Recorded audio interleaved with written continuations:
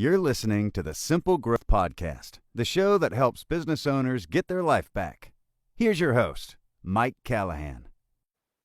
Welcome back to the SA Weekly Talk Show. Mike Callahan here, once again, bringing you content executable in your service business for Service Autopilot. So one of the things we're going to be diving into today is unleashing some of the unknown features inside Service Autopilot. So there's a couple features that many of the general user base are unaware of, or if they're aware of them, they don't understand how to utilize them. So I'm going to dive in and show you 3 or 4 major features that if you are unaware of them, how they can absolutely build huge value in your business and start buying time back. So without any further delay, I'm just going to check on my phone here just to make sure that we are live. If you're watching on the live stream, if you can just make a quick comment to let me know you can hear the audio, but it looks like we are good.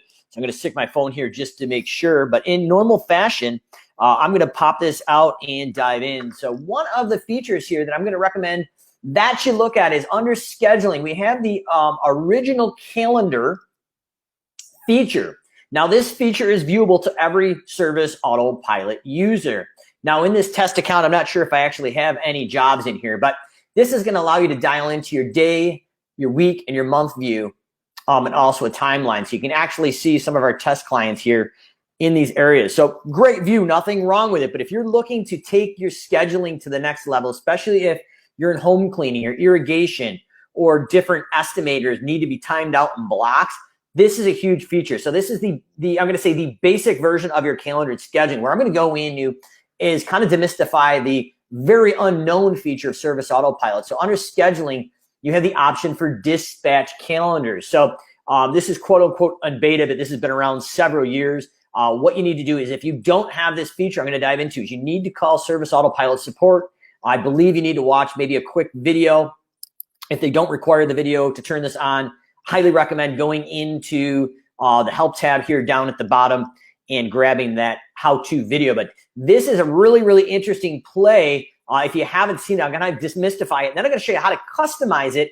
And then I'm going to show you some additional tips and tricks of the things you may want to see in your lawn care or home cleaning or irrigation business. But this is really big if it needs to be booked in a time slot or you want to see your availability. So on the left here, we've got our resources and teams. So once you click on them, they start to show up. I'm going to also put our unassigned. So if you have jobs on to an unassigned area here, we can have those in here. So I'm going to open this up so hopefully we can pull up that same basic view that we had with some of those jobs that were already dispatched. So right here, you can see these two. So these are 2 jobs between 9:30 and 11 o'clock. So that's based on the time slot they've been scheduled. So I'm going to see if I can pull out a couple more crews here just to see what that looks like. All right, so what you've got here is the ability to go in and block out time. So in order to set this up, I'm going to pull up another window of Service Autopilot here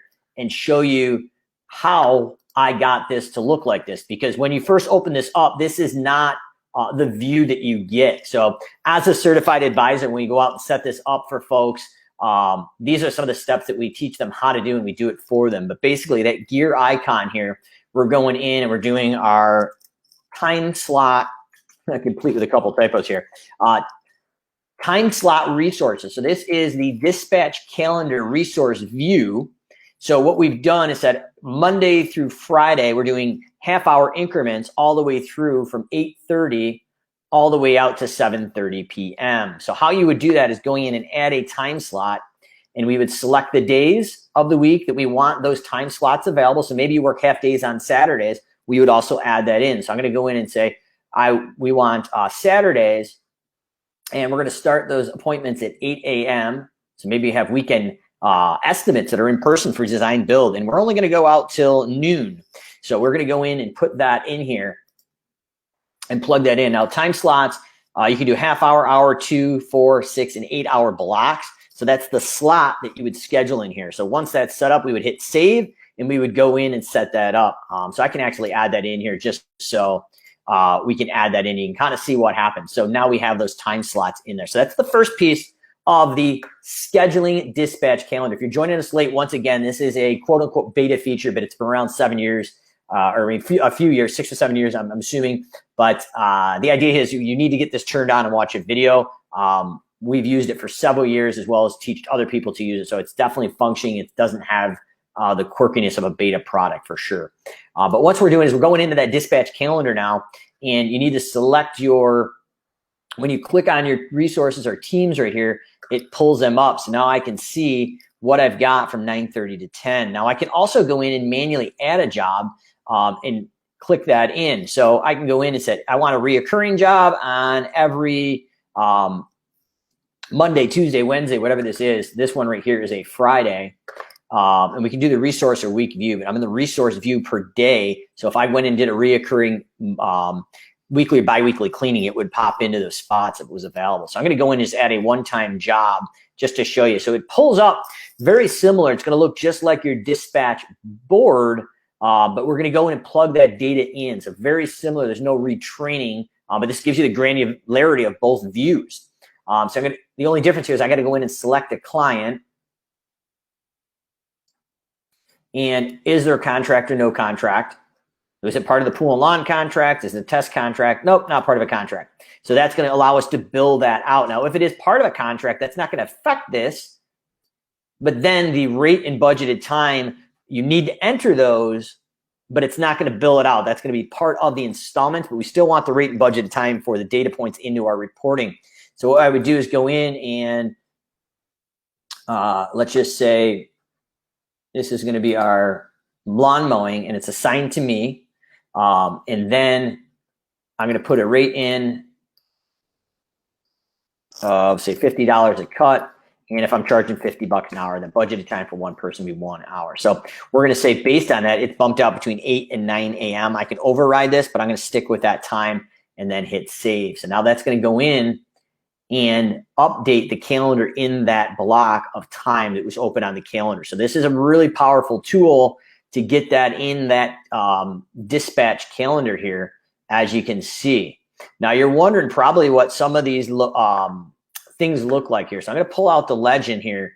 A lot of it's very similar to the dispatch board, but same things as scheduled, scheduled new, dispatched, completed, canceled, and skipped and invoiced. So these are pretty much all of the same visual icons on the dispatch calendar is the same as the dispatch board, okay?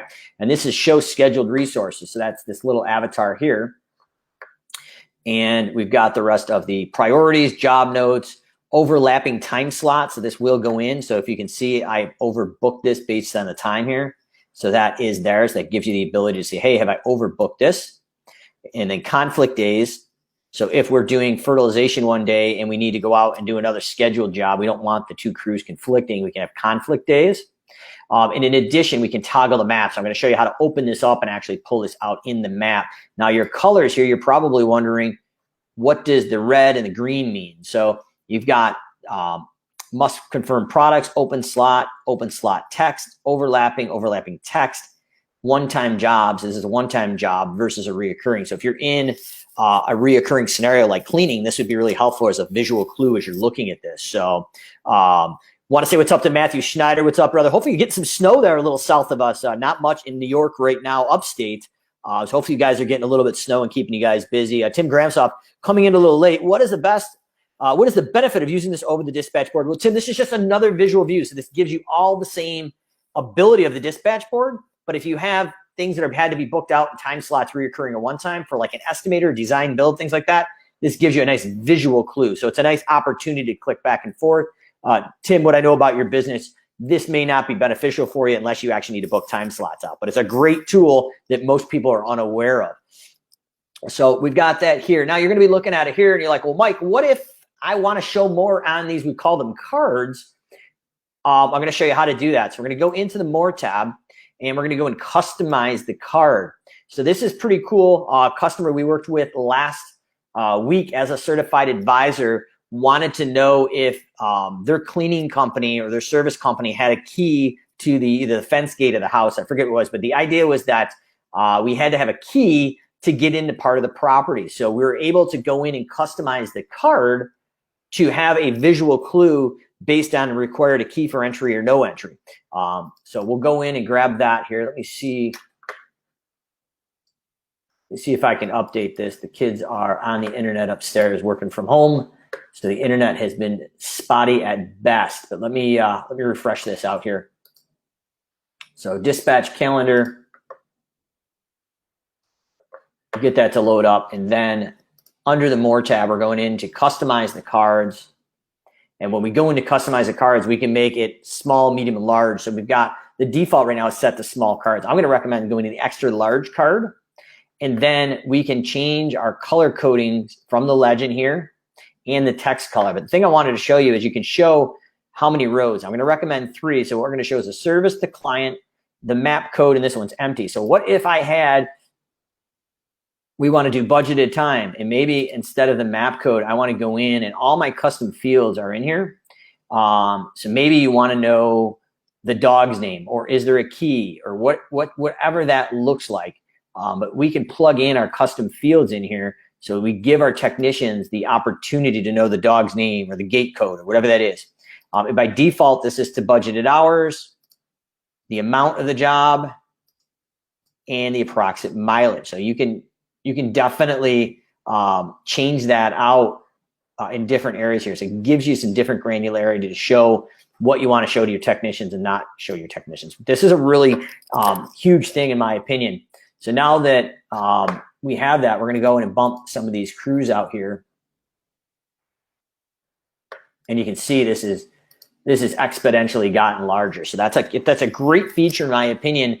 That's highly underutilized, and most people just don't know about it. So in this test account, I've got some crazy addresses, but the other idea is like when we go up here to this little pin here, we can show the map just like in the dispatch calendar or dispatch board, and we can do all the same features. So now we have this little map icon here where we can click on that, and I believe this is some significant non-billable drive time here. I believe these 2 counts, one's out in Seattle, Washington, and the other one's in San Diego or something like that. So let me zoom out. But as you can see, we got one in Seattle, and they want to get out of the rainy weather, so they're going to go hop out to San Francisco for their second job. But obviously, if this is in your area, this is a fictitious test account. You can see that same granularity to optimize and still drop the pins, group selections, and see all the information that you see on the dispatch board. So it's just a great view if you're booking time slots. Now, in addition, I can go out and I can complete all these jobs right here when it's ready. I can dispatch and go into canceling dispatch. So we can go in and dispatch and handle all that. We can open them up on the fly. Now, the other interesting thing is maybe in lawn care, you have waiting list jobs. So another unknown fact is we can go in and take our ones off the, well, we can actually leave these on here.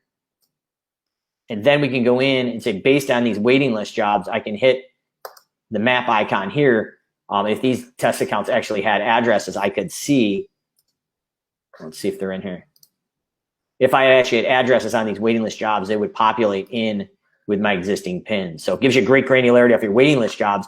But the cool thing is now on this residential crew here, one-time job, I can pull this in and drag and drop. And now basically I can go out and dispatch and route that one-time job.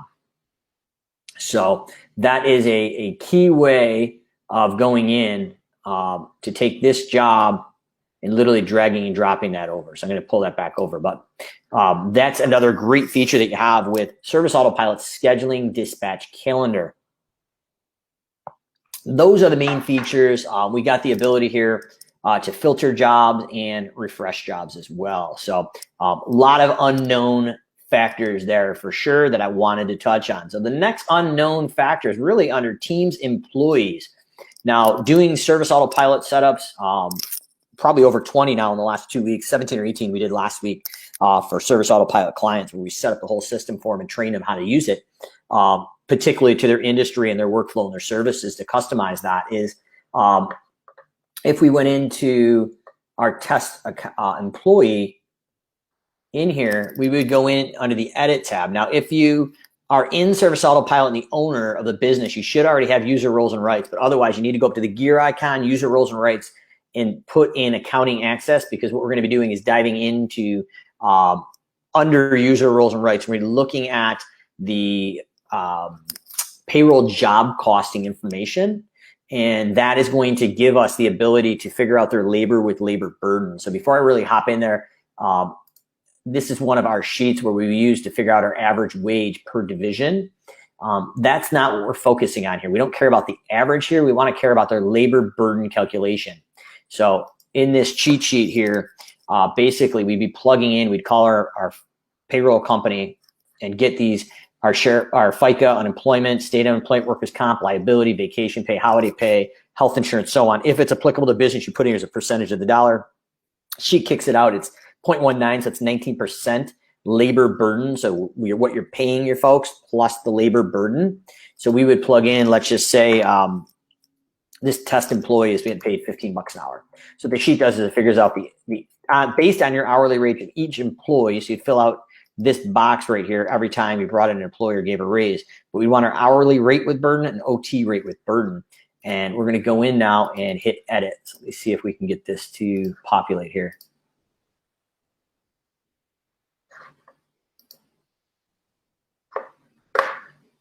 And once this loads, we're going to go in and update the payroll job costing information. So it's going to be at the third or fourth tab in, and it's going to say payroll job costing. We're going to go in and look at that and update the hourly wage, and then we're going to do the labor with labor burden. For some reason, the internet here is going a little bit slow, so we'll give this a hot minute to load. But while we're doing that, waiting for that to happen, we've got our labor with labor burden. So some people are going to wonder, well, why would we want to put that inside Service Autopilot if we're not doing payroll? Well, that's a great question, because most people that aren't using Service Autopilot for payroll tracking and logging in and logging out don't see the need. So this is an unknown feature of the system. In my opinion, it should be utilized even if you're not using payroll, because it's a data point for reporting. So no data in, no data out, almost as worse as bad data in, bad data out. So what we're looking at here is going in to a screenshot here I have of how we go out and show people how to non-emotionally raise their prices into their side Service Autopilot. This is a job costing report. But I'm not really getting into how to raise your prices, but there are two basic factors in here I want to focus on, and they will populate in the under reports, the little looks like a little toaster oven. It's called job cost summary. This is an export of what this looks like. Now we've automated this whole process, but this is the easiest way to see it. Is right here. It says labor cost and drive time cost effect. So in this test account, if we had fictitiously plugged in and out through the mobile phone the start and stop times of each job and the clocking in out of the drive time or the non-billable time, this would give us a labor cost with labor and labor burden and a drive time cost of labor with labor burden. So it gives you a very non-emotional look at your labor cost with burden on the job and your labor cost with burden on non-billable time, as well as drive effect cost. So this is going to show the drive effect cost, but you can also go in building some custom reports under the main automation or reporting center and go in and actually filter down the different parts of that report. If I got a minute or two, I'll show you that at the end of the show, because it's actually pretty interesting, because you can track your office time, your drive time, your on-site time, and just your general non-billable time. And that really is priceless information, which is really an unknown thing that you could look at. So once again, we figured out our labor with labor burden. So this gentleman's making $15. Labor with labor burden $17.85 and a OT rate burden of $26.78. So what we're going to do is go into the employee payroll job costing. I'm going to pick the compensation type as hourly. I'm going to plug his rate in. So if we're giving raises this year, folks, this is something we need to be doing. It's unknown secret to SA, but once it's there, then you have the power of all the data that comes off it for reporting and transparency of your numbers. Resource pin here is if you're using SA for a wall clock, that is going to be their passcode to type in. So hourly rate, we're just taking that from the job costing overhead recovery sheet we have here, $17.85 and $26.78. So I'll just round those up just for this example, but I'm going to say this is $17.85 and $26.78. So that's OT time and a half with that.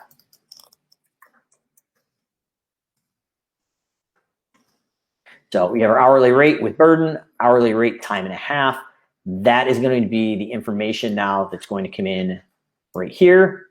if and only if they're clocking in out of the mobile. So I highly recommend it. It's worth a few bucks a month for each crew to have this. Each person on the team doesn't have to have a mobile, but just the crew. But now you have a labor cost tracking, a drive time cost effect there. So that is kind of secret number 2 that most people don't know about, because if you're not running payroll, well, you wouldn't know about it. So that's another huge thing. I want to say what's up to Lisa. How you doing, Lisa?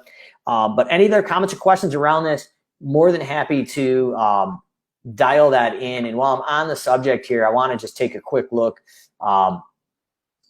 at basically the SimpleGrowth service blueprint, because as we're talking about data in and data out to drive to that report, we should be having, at most services at least, a base price. So fictitiously, in the lawn care example or cleaning example below, our base price is $45 up to 5,000 square feet, or in the cleaning is $145 for weekly cleaning up to $1,200. We should have a desired dollar per hour charge and an expense per hour break even. So what we're doing is we're saying for $45, we cover the mow, blow, and edge and stick edge, 5,000 square feet. We're charging $45. It should be taking 20 minutes or 0.33 man hours. So this is the other kind of unknown fact before I dive into the third one, is this is based on one person doing the job. So if you have a 2-person crew, this doesn't matter. The pricing matrix is always based on one person. And fictitiously, we're making a profit of $33 and a 73% net profit margin. Then every 1,000 over the base is an additional $275 per 1,000, 0.05 man hours, and $1.80 break even before profit. Same example in your cleaning industry. So you want to break these down on a blueprint. How we do it in SimpleGrowth is we take it out here, we blueprint and then implement. You don't want to implement and implement and blueprint at the same time, because that's where data entry and calculations can be screwed up and you can be losing money inadvertently. Now, the next thing is we take that blueprint, and I've taken screenshots here. So we have the service, the turf square footage is the custom field. So before you build these out, we need to go out and build custom fields. So remember, on the dispatch calendar, I can tie into custom fields, or on the dispatch board, and I can say, okay, based on that, I have X amount of square footage, or I need X amount of gallons of product, or whatever that may be. Maybe in the cleaning industry requires a ladder, or bush trimming requires a ladder. Those things can be on that dispatch calendar visible to you. But we're taking our top 5 lines from the previous sheet here, and we're just copying them down. And then the bottom 5 lines transfer over. So this is your blueprint guide to success. And where I'm bringing this all together is now we can track our daily versus actual wins, our budgeted time versus actual, and were we over or under percentage. In this example, we were literally 5.75 hours over budget. So that budgeted time goes in to track your daily wins and losses, daily and weekly. We can tie that into public accountability on a dry erase board or chalkboard or TV here, where we do our percent of budget with a quality score. If you're using Martha Woodward's quality-driven software, that's a great way to tie that in here. And then the main thing is when we're raising prices or doing price increases, if we have budgeted time in there, it's going to produce a time variance and a budgeted dollar per hour. And those are the variables, along with the labor costs and drive time costs and the payroll. Those are all the variables you need for to successfully raise your price and have an analysis. If we're making $57.30 on average on a job, and our goal is 60, this is telling us we need to raise our price by $2.56. So folks, in my opinion, we don't want to go out and raise prices wholesale. We want to go out and individually, once or twice a year, run a report like this, but you need those different data points to have a clear look at what actually is going on, and that will help you there. So last thing I got to show you here is I'm going to go back into that dispatch.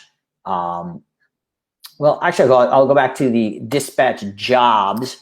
But this is the same exact button on the dispatch calendar. So most folks are running the dispatch board right now. Another unknown fact is up in the More tab here. Under assigned teams, we've got all of our employees here, and our default here is if Chad and Mike were on Mo Crew 1, but let's say Chad couldn't work today, he called in, I can swing Chad off and I can swing Dylan in with me.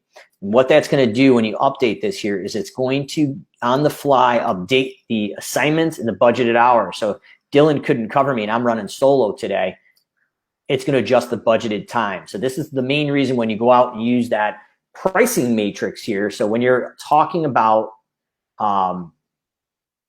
the matrices here, why is it based on one person? Well, this is it, because in a service industry, we really never know who's coming or going each day. Things change. Or maybe we have 2 crews that show up at a property. We want to load all 4 of them onto one resource, or both resources could clock in at the same time. It could be split or different times. There's different variables, but this gives you the ability really quickly for you or your manager to go in and drag and drop resources if you need to change things on the fly in the morning. And it updates those budgeted times and assignments. And as you're doing that, the dispatch board is where we dispatch and route. But in that area, if we go to the closeout day screen, the most important part of the screen is we're going to have start and stop times right here. So if it was from 8 a.m. to 8:30 a.m., that would be in there automatically from the mobile. And if they're clocking in out of the drive time associated would be there. And when we click the little clock here, we can see what resources were assigned. And these are automatically updated if we dispatch these jobs after we go in here, because that's going to update those. So that's going to give you that granularity. But the last thing we're looking at is we're always making sure we got a start and stop time. We can double check the resource, a budgeted time, and a price. And then the final kind of demystification of this process here is under columns, there is certain things, if you're watching this, I'm going to highly recommend as a business unit owner that's scaled a 7-figure business, industry specific here for lawn care and snow removal. But this plays perfectly for cleaning as well. But we use Service Autopilot to scale that business. And these were some of the tools that allowed us to have success and not go through trial and error. But we want to be able to go in and hit variance is a big one. We want to have actual hours because everything's being based on one person. So if it's a 2-person crew, it will update the actual time. And we also want to go in maybe and pull up different custom fields. So if I had one for turf square footage or home square footage, we could plug that in and that would drop it up here. So now we've got all the information we need. We've got some other icons like the phone icon here for call aheads. And once again, you've got the same legend as you did in the dispatch calendar. But that's going to give you that granularity once again, and it's the same exact thing. So there's no additional learning curve to jump back and forth. So what view you like is the way to go. And then the last thing here is once we have all this set up, and this is the view you like each day, well, you don't need to go in and click columns and set this up. You can go in and create a view, and this could be my SA Weekly view. Now, the only warning I'm going to say to this is if you set this up when you sign in as a business owner or manager, this is only going to show under each logged in user. So if I set it up, Gil and Chad on the SimpleGrowth team would not see this view. So this needs to be set up per user. But this is another great tip or trick. And we can set them up as little tabs so we can click into them. So you may have a lawn mowing tab, a fertilizing tab with all these different variables. Because on the mowing, you may not need to know the square footage, but on the fertilization, you may, because that could be your projection of how much materials you need to put on each truck you need for the day. And you can actually project out for the next couple weeks or month or per round how much square footage you have based on materials. You could pre-order materials and do a budget versus actual projection of materials. So these are some of the really unknown things inside Service Autopilot that I thought I would go in and demystify. So once again, I want to thank you, Matthew, Tim, and Lisa for hanging out on the SA Weekly Talk Show. Any comments or questions, drop below. I will be watching this thread here on Facebook for the next 24 to 40 hours to answer your questions. And we're going to be bringing in some other expert speakers as we normally do. But I thought it was really important to spend the last few weeks here to really dive in and start focusing on the things inside the software that are going to create instrumental changes in your business, your life, and really put your business on autopilot with Service Autopilot. So we'll see you again on the SA Weekly Talk Show next week, 12 p.m. Central, 1 p.m. Eastern. Mike Callahan right here on the SA Weekly Talk Show. We'll see you next week. Everybody have a great weekend. If you like this show, you might want to check out our resources at www.startsimplegrowth.com. While you're there, enter to win an estimator chatbot. Mike Callahan is available for private coaching.